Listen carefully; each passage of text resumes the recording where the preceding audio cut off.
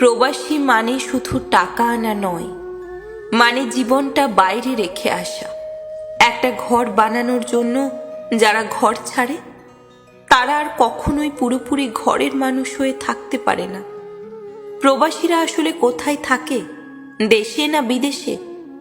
বাস্তব সত্য হলো আমরা বাইরে থাকি, কিন্তু আমাদের মনটা সারা জীবন পড়ে থাকে নিজের দেশে, নিজের শেকড়ে। আমাদের বাড়ির মানুষগুলো হাসি খুশিতে থাকে কারণ আমরা বাইরে থাকি। আমাদের বাবা মা নিশ্চিন্তে থাকেন কারণ আমরা অমানসিক পরিশ্রম করি। কিন্তু আমরা একলা।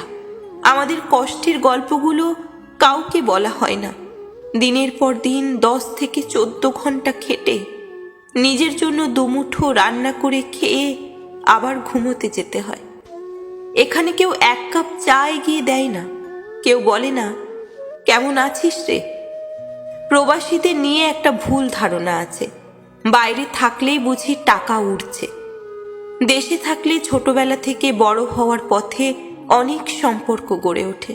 স্কুলের বন্ধু, পাড়ার আড্ডা, আত্মীয় স্বজন, প্রতিবেশী সবাই মিলে একসাথে চলার একটা অভ্যাস থাকে। পয়লা বৈশাখ, দুর্গাপুজো, বিভিন্ন উৎসবে একসাথে আনন্দ করার সুযোগ থাকে। কিন্তু প্রবাসে এসব কিছুই থাকে না। এখানে কেউ কারো আপন নয়।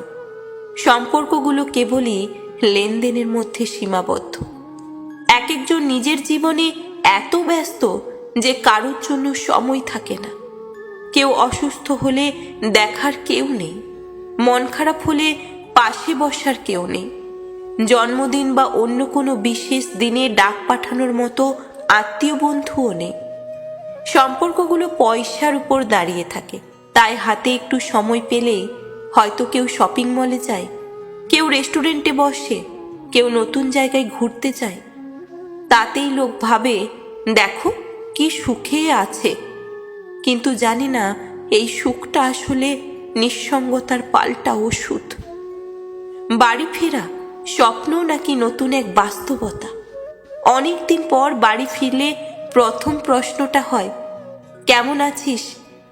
আমরা চেনা হাসি দিয়ে বলি ভালো আছি। তারপরেই আসে দ্বিতীয় প্রশ্ন, কবে এলি? আমরা বলি এই তো কালকে। আর তারপরেই সেই তৃতীয় প্রশ্ন, যে প্রশ্নটা আমাদের বুকটা ছুঁড়ে দেয় শূন্যে, কবে ফিরবি? আমরা তো ফিরতে চাই না, কিন্তু বাস্তবতা বলে অন্য কথা। আমাদের থাকার জায়গা বাইরে, রুটি রুজির দুনিয়াটা বাইরে, আমাদের চেনা পৃথিবীটা বাইরে। একদিন ফিরবো, একেবারেই ফিরবো। তবুও আমরা স্বপ্ন দেখি একদিন ঠিক ফিরবো। যে বাড়িটা গড়ে তুলেছি সেই বাড়িতে স্থায়ী হব। হয়তো তখন আমাদের কেউ প্রশ্ন করবে না কবে ফিরবি। আমাদের স্বপ্ন কবি জীবনানন্দের ভাষায় আবার আসিব ফিরে ধান সিঁড়িটির তীরে এই বাংলায়।